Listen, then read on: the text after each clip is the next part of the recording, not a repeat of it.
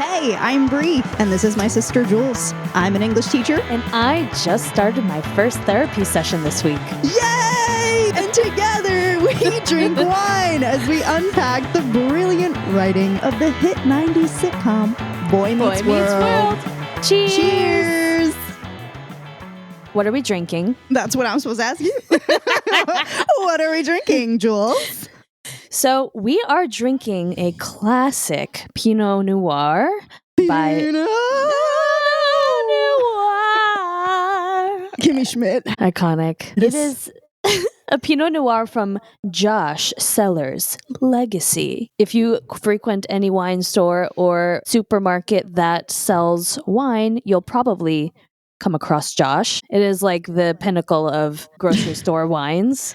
They go from like $17 to $20. It's pretty reasonably priced. What do you think of the flavor? I think this is a very easy table red. Yes. According to the website, it is from California, a bold and expressive Pinot Noir offering bright, ripe cherries and deep, earthy flavors with spice, subtle oak, and delicate textures.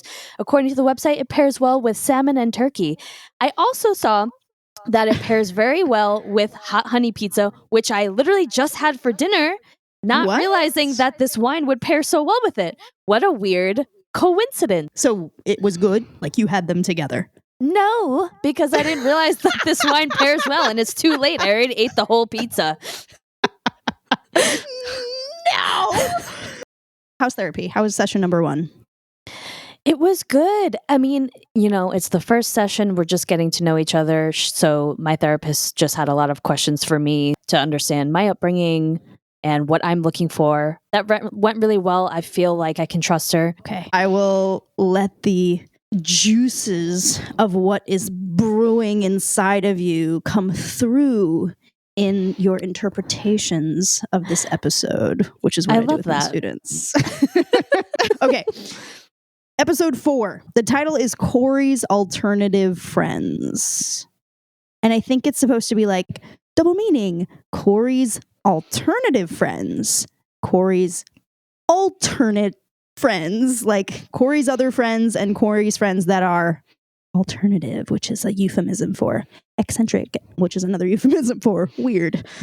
Growing up for me was realizing that I belong with the quote unquote weirdos. I belonged with the alternative group. They are so fun. Sitting there playing chess. I'm like, I want to play chess. Which I don't want to sit around and talk about baseball. I want to play chess. Yeah. And I want to ask you, in high school, what table did you sit at? I was probably at an alternative table. I sat mostly with the track kids because I was on the track team in high school. Quick thing, completely side tangent, but I think our listeners would appreciate this, and I'm totally putting her on blast. I love her dearly. My good friend Shannon McGalley sat next to her for 4 years in high school. All 4 years. Sat right next to her. She got the same thing every single day, Monday through Friday, chicken tenders and a Snapple every day. Every single day, never got sick of it. And every other week I'd be like, Shannon, aren't you tired of that? She's like, no, I love it so much. And then she would eat it right in my face. All right. So the synopsis of this episode is Cory is teamed with an unpopular girl for a school project. To-PANGA. We get To-PANGA enters. And off the bat, I'm going to say, like, she is my fashion moment. That dress, that neck flower, the combat boots. I was so into that look. I would wear that outfit today. This episode was directed by David Traynor. It was written by Patricia Forrester, new writer. The air date was October 15th, 1993. Viewers, 20.4 million. This is the highest number of viewers they have had since episode 1. Okay, I was waiting for you to say how many viewers was, because did you notice something interesting about the studio audience in this episode? I totally did. I was like, what's going on? They're very animated this time around. At one point in my notes, in all caps, it just says, crowd goes insane. Yeah. Yeah, they went at insane at very interesting moments too. I felt like we'll get into it. 2 specific moments that we need to talk about. Yes. All right, so the episode opens up. We're in the classroom. We get this actress, by the way, immediately that I'm like, I recognize her immediately. Where is she from?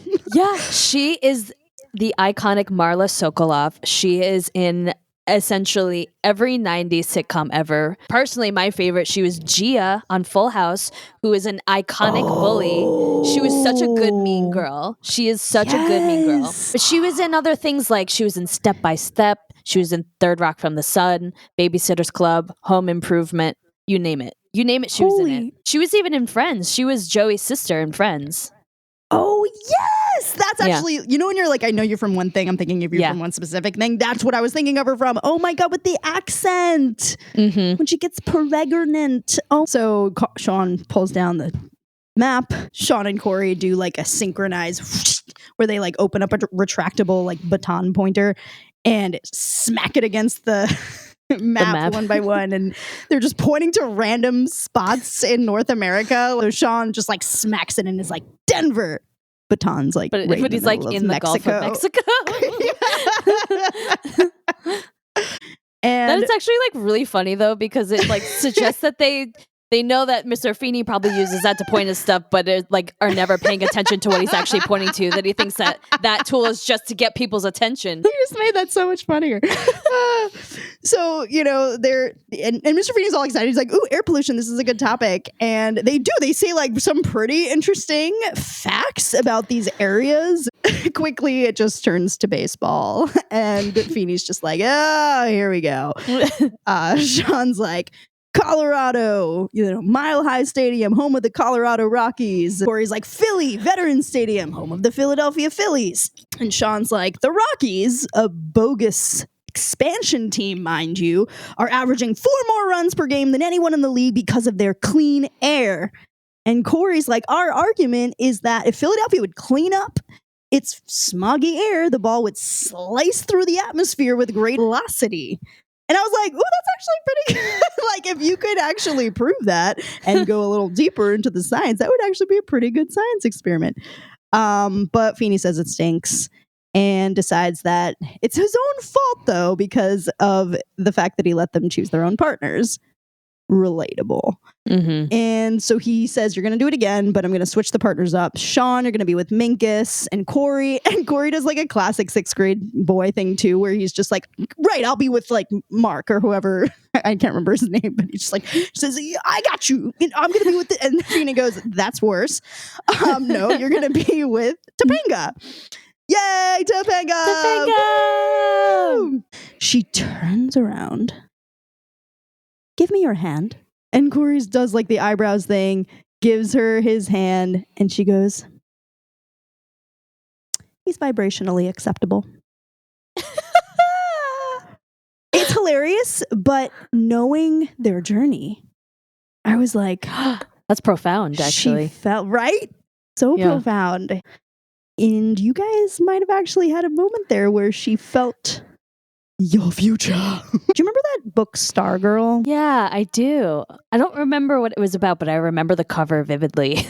It was like that stick figure of the star and stick figure of the girl with the like crew drawing of the star above it. To-PANGA is Stargirl. Stargirl is basically this character who enters this school that's kind of stuck in a slump when it comes to school spirit and kids feeling like motivated or interested in anything at all. And she just is eccentric and out there and puts like a vase with a flower in it on her desk and like walks around with a ukulele and like sings songs randomly. And at first everyone's just like, what a weirdo. And she's kind of outcasted. But then because she never gets down on herself about that and she just like embraces her weirdness and just continues to emit rays of sunlight everywhere, people start to actually turn around and think she's actually really cool. Mm-hmm. And then she like completely transforms the school because when she goes to a football game, everybody goes to the football game. And now there's all this school spirit. And I think it's really all about confidence, right? You can make the weirdest thing look so cool. So Cory's like, nope, this isn't going to work for me. He goes up to Feeney. He's like, may I approach the bench? Cory's like, can you be swayed? And he goes, I'm Gibraltar. Cory's like, she's strange. And Feeney says, strange is in the eye of the beholder. There it is. There it is. The message, the juice of the episode. And we're in the cafeteria. The two girls that were doing the like algae fish biodegradable presentation at the beginning, they're talking about a party this weekend. And one of the girls is like, we can't invite that kid. He's a Brillo head. And Cory overhears and assumes they're talking about him. Starts patting his hair. Goes over to Sean. What do you think of my hair? Sean says, you got curly hair. Big deal. Can we move on now? Facts, Sean. Enter To-PANGA. To-PANGA says, I got Jedediah to drive me to your house after school. Who's Jedediah? My dad. Cory makes a comment about how normal people call their parents dad. I think this works only because To-PANGA is clearly so far above Cory. Like, that's why Cory being like calling her a weirdo and saying normal people do this, like, and him also being so insecure and needing to fit in, and like obviously later he's gonna ruin his own hair and be the one that gets laughed at because he tried to fit in too hard. Yeah, To-PANGA recognizes all of that, so she has no reason to be angry with him or to get defensive because she's like, he's going through something, you know. She's like, I was you when I was a fetus. I had a crisis of self, and then I learned I didn't need to be self-conscious anymore when I came out the womb. It doesn't make us feel bad for To-PANGA, you know. It makes us feel bad for him because she's not feeling bad. No, you can clearly see what he's saying is a reflection on him. Like, he does a really good job portraying that. I wish that kids could be smart enough to watch that episode and see that people who make fun of you, your friends, anyone you know, are insecure. Insecure or jealous that they feel that other people can be their true authentic selves and they can't. There's a sense of envy there of they are insecure. And with that comes jealousy of security. Yes. And so like, that's why like a lot of times it turns into bullying or like actual violence. Because they're so frustrated that how dare you be your true authentic self? Like when I can't, right? And that's something that they are frustrated that they can't realize in themselves. I'm thinking, of course, about trans people right now. Like somewhere along the way, and gay people, like where someone had to shove some part of themselves down, some adult in their life or some kid in their life put them down for being too. I'm thinking about men who cross their legs. How dare you? You are gay. And because they were attacked for, you know, showing any sign of quote unquote femininity, right? Like now, anytime they see in someone else, someone embracing it, they feel this incredible, exactly what you said, like this, like, I need to teach you that this is not okay because I was told that this was not okay. And I hate that you are, you're like embracing it and you're flaunting it. And like, no. Cory's like, is there any way we can do this assignment on the phone or by telepathy? And To-PANGA's like, it's about the environment. It's important.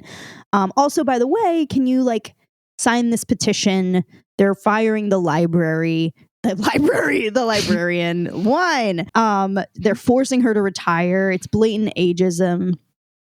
And Sean's like, maybe it's because she's blatantly old. I laughed. You did not. I laughed. Sean basically says, my sister. Sean has a sister. What? He doesn't, though. She never comes up any other time in the entire series. You're right. We only know about his brother. I don't remember his sister. Jack, but his sister, no.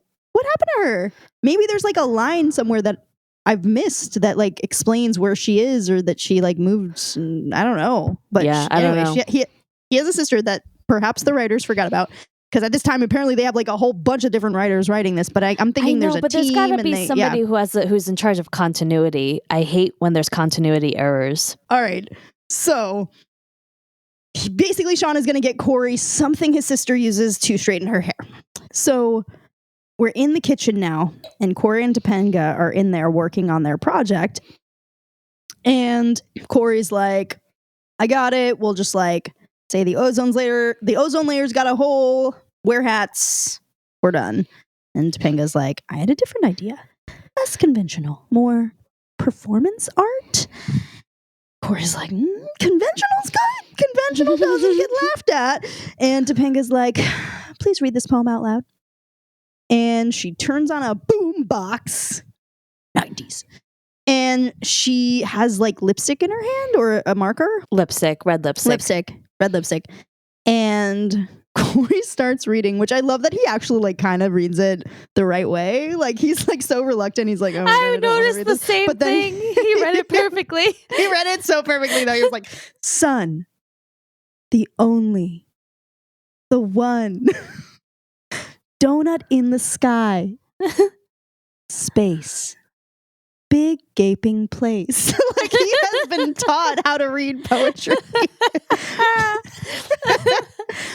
So Topanga is doing like motions with every line, and she's basically doing performance art. And at one point she grabs the lipstick and she just like, and she goes all over her face with it. Well, now that I'm thinking about the way that Cory read the poem, I actually think that's really amazing because I feel like it speaks to him really having so much in common with the alternative group. Like he fits in so well. You know? Yes. Like it's in him, you know, like he's got the poetry he's got in him. it. Yeah. And he she knew, knows what he was too. Like Cory's basically like, we're not doing this. They're going to laugh at us. And Topanga says, when people laugh at you, they're depleting their own karmic reservoir. Yeah. That was incredible. Cory says, you're going to be one of those girls who doesn't shave their legs, aren't you? And what I love is Topanga goes, I haven't decided yet. So Topanga says like, I don't think I'm weird. I think I'm unique. Jedediah and Chloe say that every time you're not true to yourself, the earth weeps. The earth is crying for you, Cory. And Cory says, I'd rather have the earth crying than my friends laughing. And then he kind of gets serious and he's like, people make fun of you, Topanga. And she's like, so? And he's like, I couldn't take it. I want to blend in. And she basically goes like, well, you're really good at it. You're kind of basic. You dress just like all those other prepackaged basic people. Something, the hat comes up somehow. I can't remember. She says, well, if the hat's important to you, then it's beautiful. I loved that so much. It's so sweet. Yeah. And like, if only everyone thought that way, you know? Yeah. The world would be such a beautiful place if like, especially kids, especially like sixth graders, oh my gosh, like middle schoolers can be so cruel to each other.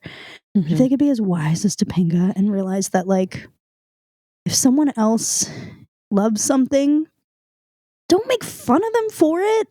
You know what I mean? Like, I feel like something happens in middle school and kids who loved Pokemon or kids that loved like dinosaurs or whatever it is that they were really into in elementary school suddenly. Yeah. Because all it takes is one kid to be like, you still watch Disney Channel? Yes. That is so like third grade. Yes. And then you never watch it again. Ever. Don't even talk about it. And if it's brought up, you're like, Disney Channel's like so for third graders. Like exactly. All it takes is one kid. Exactly. And it starts a whole chain. But Topanga doesn't yuck his yum. All right. Now I'm trying to think, did you have that moment? I'm trying to think if that happened to me. I'm sure I did. The thing that's coming to mind for me is my hair was kind of crazy in high school. Like it was very frizzy and I was always trying to find ways to like kind of, oh my God, I'm Cory.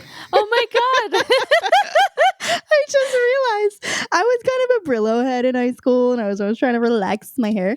So I would do this thing because I have a lot of hair. It's very thick and it would take like at least an hour to straighten the whole thing. Like imagine trying to straighten like Topanga's hair. So I would straighten like the top layer of it and then think like, oh, this just gives like the bottom will just give it volume and then the top will be smooth. I looked insane. Like I'm sorry. It was not good. But I had this person say to me like, your hair looks so good. But it was like clearly they were making fun of me and they didn't really mean it. And I was like, oh yeah. Like, and then I explained to them that I like straightened the top layer to try to keep some volume. And she was like, wow, you're like a genius of hair. And yeah, I'm smart enough to know that was sarcasm. And I was mortified and I never ever did that again. Anyway, what about you? The only thing I could think of is, remember for like 2 seconds in the early 2000s, because that was the Wild Wild West. As far as fashion goes, What even was that time the period? fashion It really was the Wild moments West. were crazy. And jean suits. oh my god, speaking of jeans, so the moment for me was, remember when wearing skirts over jeans was a thing? Oh But it my wasn't God. really a thing. I totally did that. I totally wore a skirt over jeans at some point. Oh yeah, I did that during dress down day, which is like one out of like 3 days a year where we could wear normal clothes and not a uniform. I was probably in like 6th grade. I wore a skirt over jeans and I was in the bathroom, and one of the mean girls in my class, she was like, "Nice outfit." And I was like, "Oh my god, yeah, thank you." And she was like, "Is that a thing? Like skirts over jeans?" Oh, and I was like, "Yeah." And she like looked me up and down and was like, and then walked off. She's like, little laugh and walked off. And I was like, "And I'm never wearing this again." No. Sean comes in, interrupts the Topanga Cory presentation they're working on, the performance art, and he says, "I got the stuff." He's got a brown paper bag. It's the hair stuff for Cory from his sister, from Sean's sister, from Sean's non-existent sister, Stacy. And he says to Topanga, "Use a mirror, babe." Ew. Hate that he calls her babe. So condescending. Ugh. And Cory asks Topanga what she thinks of his hair, and she goes, "It's beautiful. Like a desert tumbleweed." Whoever is writing for Topanga is phenomenal. It's so good. It's so good. And they're like, "We have another project we're working on," and I kind of felt bad. I hate when people are being duped. Like, for some reason, that's like a trigger for me. I don't like it. So they kind of like play up that they're like working on this important environmental project, and Topanga gets all excited. She's like, "Oh yeah, really?" And Sean's like, "Yeah, you know how like those dolphins are caught in those tuna nets?" And she's like, "Uh-huh." And they're like, "Oh, it has nothing to do with that," and like slams the door in her face. And I was like, "Don't play with it. That's a real thing, okay? And she cares about it, and you don't, and you're a jerk, and she cares, and she's a young kid, and it's beautiful that she cares." And I just, I was, as a teacher, I was so angry at them for that moment. They're not real. So now we're in the bedroom, and we're in like the bathroom, their bathroom, which I'm so jealous of. And Cory's got relaxer in his hair, and Sean gets on the phone. Long story short, Stacy, whose voice we never hear because she doesn't exist. Maybe Sean's making her up. Maybe Sean relaxes his hair. Stacy says that he should have washed it out 45 minutes ago. Cory's scream resonates to the farthest reaches of the universe. We get stock photos of the Earth and the solar system. And next shot is Cory's straight hair wig. Amy and Eric walk in. Screams. "What did you do to your beautiful hair? It was like Velcro before, and now it's straight," Cory says. And Eric says, "Nothing's going to stick to it now." Cory's like, "Shut up, you got the good hair." And Eric's like, "Yeah." Cue crowd going wild. Absolutely nuts. Yeah, I was like, whoa. Right? This is where a crowd goes insane. I was like, this isn't the first time we've seen Eric. Why are we going nuts over him suddenly? What's going on? It's like he went viral overnight, and everyone's like in love with him now, and all these people are here just to see him. Yeah. Okay. So Morgan enters with her new doll that was bought for her because she made a mistake. Morgan's mad because this doll doesn't have a pretty dress. And Amy's like, "This Barbie is wearing a business suit. She's a businesswoman, and she doesn't need Ken to support her." And the crowd going wild. which I supported. And Alan enters. He has like a really actually adorable laugh. He's like, "What did you do to your hair, man?" It felt real. Because that wig was silly, but the next one I was actually laughing out loud. After he had his hair, his duck wig was hysterical. Like that was comedy. So both Alan and Eric are like, "We knew somebody that tried this relaxer stuff and bald as a cue ball." So Cory was freaking out. He thinks he's gonna lose his hair. Cory's like, no school for Cory. Not going to school tomorrow. Cut to classroom. Cory's in school, hat on. Feeney's like, no caps in class. I wonder if it goes back to this idea of like, you take off your hat when you go indoors. That feels like an old-timey respectful thing, but I don't know how. So. Yeah, I for me personally, like I don't feel bothered by it. Like it doesn't feel like the respect is lost if you're wearing a hat inside. I don't know. That's just me. I know. Oh, I struggle. I struggle so much. I don't have any problem with hats, and I have kids that wear hats, and I never tell them to take them off as a teacher personally. I don't wear hats when I teach. I don't wear hats in the building at school. And I do wonder about that. Like, if I'm not doing it because I see it as disrespectful, but I'm not expecting the kids to do it, like, I don't know. There's nothing inherently disrespectful about wearing a hat, but like, I struggle. I really struggle with dress in general as a teacher. Hats, I don't care.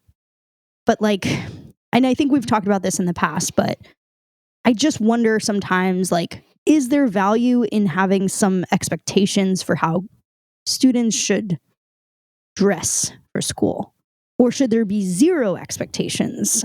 And I'm currently in a situation where I feel like there are zero expectations, and I think it's come out of like a political kind of move to be like, nobody should comment on what anyone is wearing ever, and no one should comment on anyone's body ever, and like we should just let people be people. And I support all of that in theory, but what's like kind of come about is the reality of when like adolescents can really do whatever they want, and as adults I'm like, are we supposed to guide them a little bit, or no, like not at all? Or we just, like for adults it works, but for kids it's a little different, because I feel like we do need to give them some guidance, and I do see school having come, you and I both came from spaces with uniforms, and we were very much taught like that the way you present yourself is important. And then after college I spent 4 years in Asia. I spent 4 years in Korea, where it was way more important to dress a certain way than it was in our Catholic high school. I mean, I remember I went to work once with my hair wet, and it was a meeting, and they were like, you can't,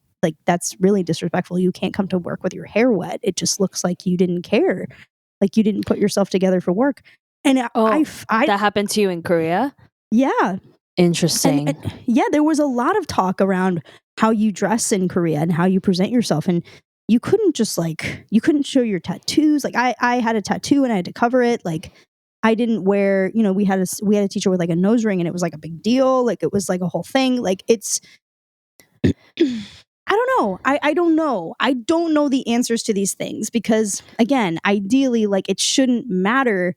But the reality is that, why would you get a nose ring if you didn't want people to think that's cool? Like, what is the point of wearing anything at all, of having choices in what you wear, if there aren't certain messages you send with the things that you wear, right? Some things say sexy, and some things say funny, and some things say cool, and some things say eccentric, and some things, like everything does say something. That's why we like choosing what we wear and going shopping and picking things out, because everything has a different meaning. I don't know. What do you think?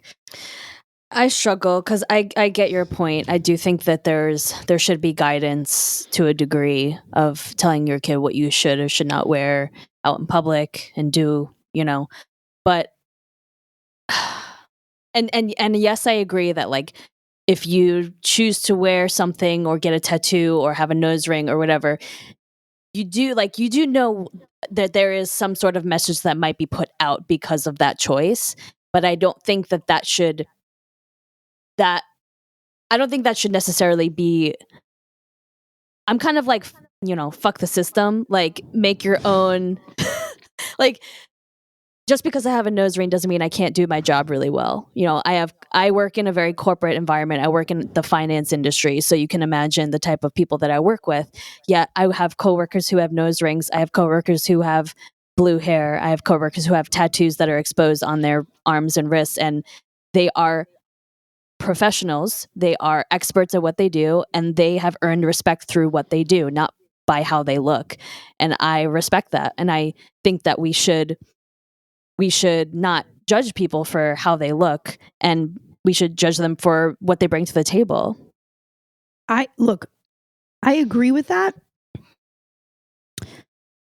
And I do wonder if we just kind of open up everything and just say like there are no dress code rules, there's no anything, there's no whatever, if people will kind of go through a phase where they're like, oh, crazy, I'm going to pierce everything and get a million tattoos. And then after time, like that will lose its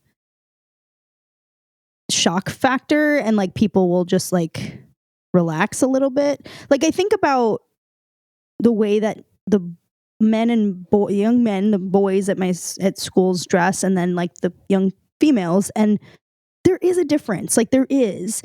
And generally, the boys are kind of just like, meh, like they just wear like pants and shirts. Like it's just like there's no like shock to like the things that there's nothing. They're not trying to like make big statements. Like maybe their t-shirts have messages on them, but like that's kind of the extent of it.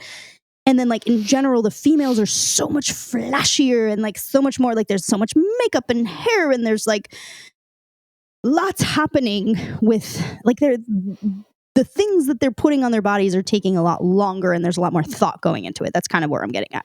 And I'm just wondering if we like open things up, if like women need to kind of go through a phase where like that's what they're doing, but then it'll kind of fade. And like maybe we'll get to a point where women and girls can feel like they can just put on pants and shirts and like bring their brains to the table the way that I think a lot of men feel that they can just like kind of slap things on and go and show up, you know, with their minds and with their thoughts and be respected, you know? Mm-hmm. No, I get that. Yeah. I get that from like a classroom experience. And to my point of, I agree that there should be guidelines that adults set for the kids. Well, that's not really what you just said before. No, sorry. When I said that before, I was really talking about like adults, right? Like adults have a hard time changing their minds on what it means to have tattoos, what it means to have piercings. I have a strong opinion on tattoos. I say, get whatever the fuck you want tattooed on your body. That's not a reflection of like who you are, unless like what you get tattooed on your body might be a reflection of what you like from an art perspective, or it might be connected to a memory. But like 50 years ago, everybody thought that if you had a tattoo, you were in a gang, which is like a laughable statement now. And so my point is as adults, like dressing up to show up is important. But there's also an element of like, we are wise enough to understand that like what we look like and what we choose to wear is not everything. And we have to prove ourselves in other ways. But to that end, right, as adults, we're doing that. We've spent our whole lives trying to figure out who we are and how we want to present ourselves. As kids, to your point, if they're in school, they should be there to learn, and that's really the main goal. I struggle with this because, and as a teacher, I'm sure like that's a really hard thing for you to deal with. But it's like there's a part of me that understands the kids' perspective because they're just trying to figure it out. They're working off no information. They're just trying to figure it out. And it's all trial and error. The message that they're getting, especially the girls, I mean, I would love to live in a world where it was the same and we don't have these separations, but I have to speak to reality and what I'm seeing. The girls are getting the message that they need to show skin. They need to be, sexy. That is what the message is for them. And that is like a whole other podcast that we can go into that. Okay. So Cory's like, if you have one shred of humanity, Mr. Feeney. You will let me wear my cap if you have a shred of humanity. And Feeney says, too many years of sixth graders have bled me of my humanity. Sorry, I laughed because I totally feel it.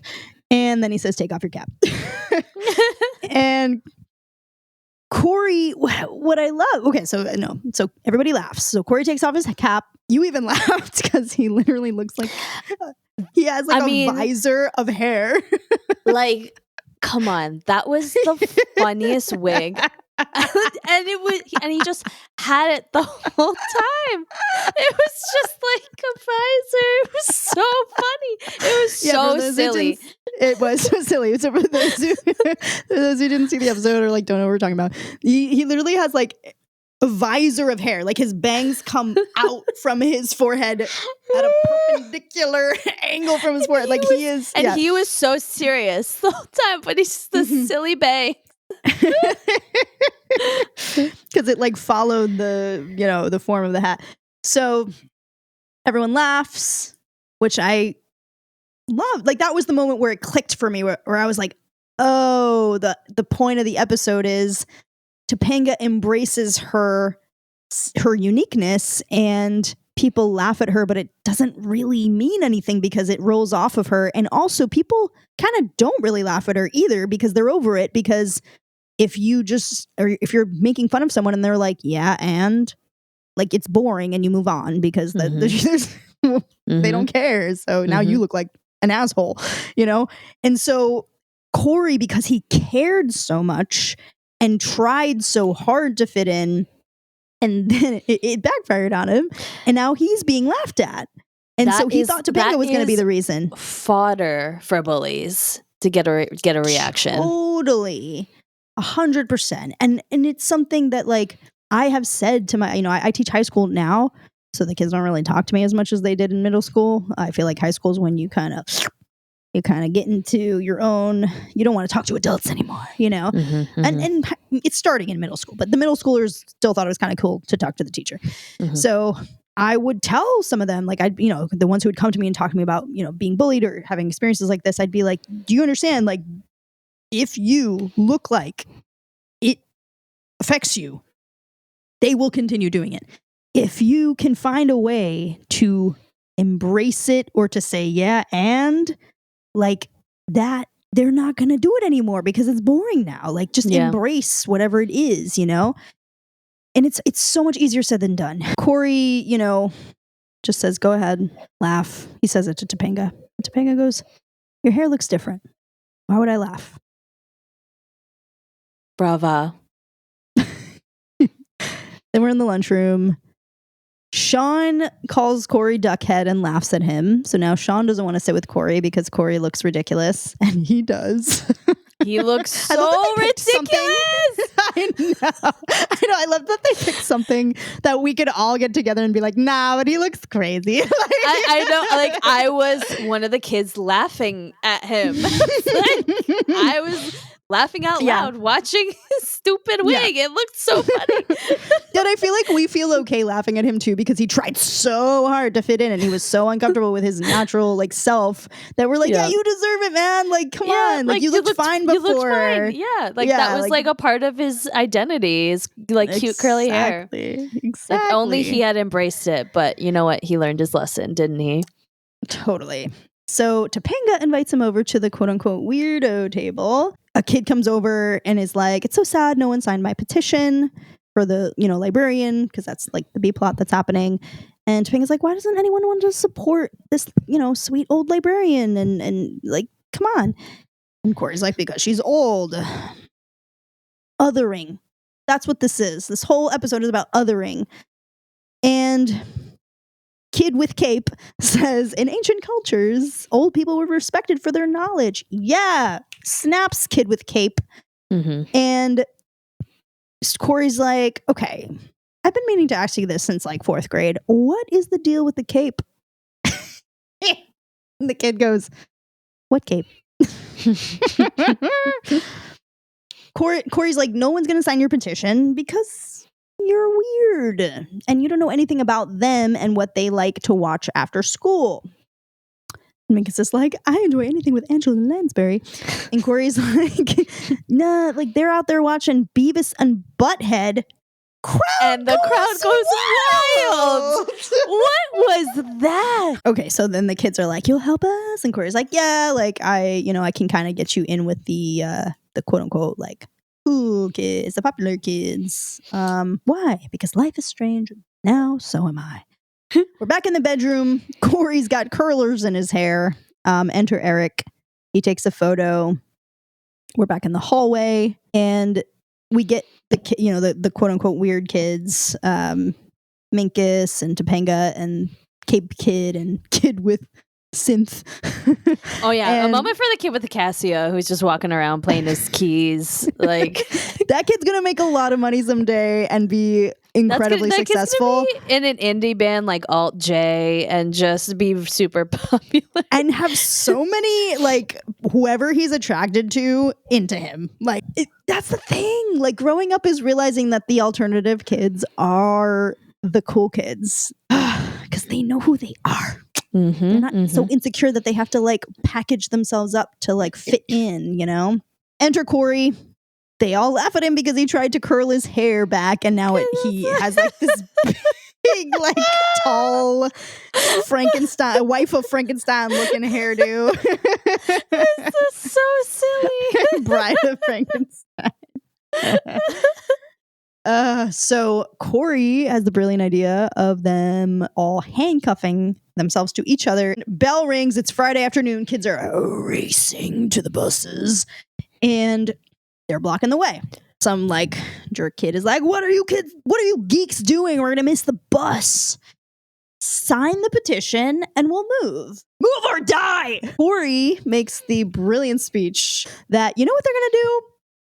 If they fire this librarian, they're going to hire some young librarian to replace her. Did not appreciate that he did say some young woman. He implied that the new person they hire was going to be a female. Where are the male librarians at, though? And guess what? I didn't even blink an eye when he said that. You didn't even blink an eye. You didn't even notice it. But of course I did. I was like, why can't the librarian be male? Because truly, I've never been in a school where the librarian was male. And he's like, they're going to hire some new woman, some young woman who is going to have something to prove. That's funny. And study hall as we know it is going to be over forever. And he's so right. He's so right. If they get some new young teacher, oh my God, they're going to be like, guys. Like, Cory's a genius. Like, he could be a politician. So true. Because you know that old woman is just like, whatever you want to do it. You can talk. You can eat. She bought that student a discus. Candy. Totally. She bought that student a discus. She bought me a discus. Oh, that was so good.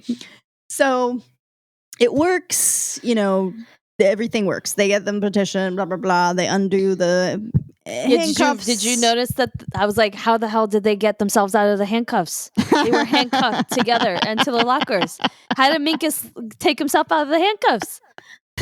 I honestly did not notice that, but that's hilarious. Because it's TV. Mm-hmm. So this I really want to know your opinion of. So then basically there's like a moment between, so all the, you know, everybody disperses. The only people left are Cory and To-PANGA, and they're still handcuffed. Cory's handcuffed to the locker and he's handcuffed to To-PANGA, and they're alone. And there's like a silent moment, and it was done so well because I, as the viewer, was like, oop, are they going to kiss? And then Cory goes, you're not going to like kiss me or something, are you? And I was like, this is that Boy Meets World writing that I love, where they always subvert your expectations. They always know what you're thinking is probably going to happen, and then they go, bloop, we're going to do something smarter because that's been done. It's so good. So good. So To-PANGA goes, would it be your first kiss? Because it would be interesting if your first kiss happened when you thought you looked weird, wouldn't it? And Cory's like, no. She's like, because then you know it's not what you look like on the outside that matters. It's what kind of person you are. And Cory's like, you shouldn't kiss someone you're not married to. And Topanga's like, you're right. Like, if I kiss someone, I would have to know the person and I would have to know that I liked them. And then she pushes him against the lockers and kisses him. He did not give her his consent. I felt the same way. That would not happen today. I was like, Topanga, I thought you would know better than that. I feel like this scene assumes that all 6th grade boys just want to be kissed by a girl. Topanga can't be wrong about it because obviously Cory wants it because all men want it. And I don't agree with that. He did not give her his consent. He was not comfortable. He did not feel good. Did you see the look on his face? He was like, yeah, like a kiss is not something that should happen to you. It's like something that you do with somebody else. Exactly. And she's like, yeah, but it's not about what you look like. It's what you are on the inside, which is like nice for her. Great, but he doesn't feel good. Well, also, like, he's learning a lot in this episode. Like, he's not healed immediately. Now he's ready to kiss for the first time. Like, give him time. God damn it. Exactly. He has not given her any indication that he is interested in her. True. He has no crush on her, nothing. Yeah. And she's just like, I have a crush on you. I'm going to push you against a locker and kiss you. Mm-hmm. You're welcome. You know? Yeah. And it's like, no. Yeah.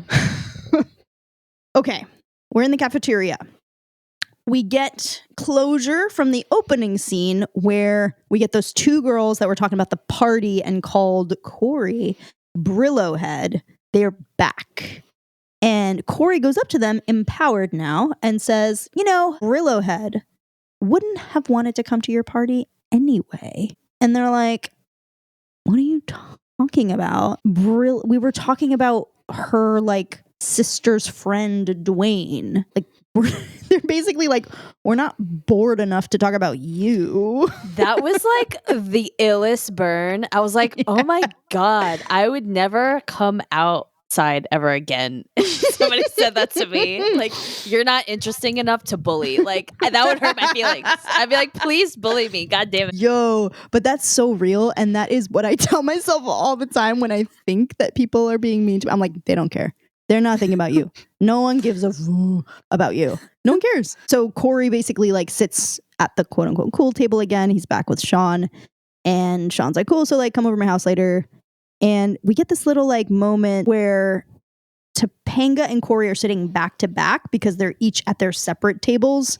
But they kind of like turn back to each other. And Topanga has Cory's hat and she puts it on. What do you think the hat symbolizes? Ooh, you know, I didn't even think about the symbolism of the hat. I want to hear your take because I wasn't even thinking about that. What I don't love is that the way I kind of interpret it, and I think it's because I do know where we're going, is her kind of slowly now like leaving behind her eccentricity and like starting to adopt his like quote unquote like normal, conventional, mainstream values, you know, like if it was, I wish that the scene was she puts on his hat and he takes her red lipstick and like makes like war paint on his face or something, and then it would be like, okay, they both exchanged something of the other and they're both embracing the other. But it's just her doing the hat. It weirdly to me became a message of like, okay, she's gonna like leave some of her craziness behind and finally be a little bit normal so that like he can actually date her and it wouldn't be so weird, you know. Takeaways. My takeaway is embrace yourself. People can't make fun of you if you embrace the things that people are making fun of you for, right? It is so unattractive. I need to hear this. Like I'm truly going to literally take that away from this episode. Like I am going to be a changed human because I get so many compliments from people when my hair is natural, but I hate my natural hair for some reason. And it feels so like big to me. And like, I'm just like, oh, it's like not tame. And I love your natural hair. I love it. I don't know why I don't feel that way about it. And I'm always straightening it. And I'm always like, I have a hat on right now because it's too like big for me. Like I don't like it. And I never get compliments on my hair when I like put an hour of time into straightening it. Nobody says anything. My takeaway is to stop trying to force yourself to like something or be into something that you're not really into. Like, Yeah. embrace your natural self, whatever that means, whether it's physically, mentally, emotionally, embrace it. Thank you so much for listening to our podcast. Next week's episode is episode 5 of season 1 called Killer Bee. Cory schemes to enter a contest so he can win a coveted baseball prize. A spelling bee. There you go. You can find us on Instagram. The name of the wine we had today was Josh. And Josh Cellars. And that's it. I have nothing more to say.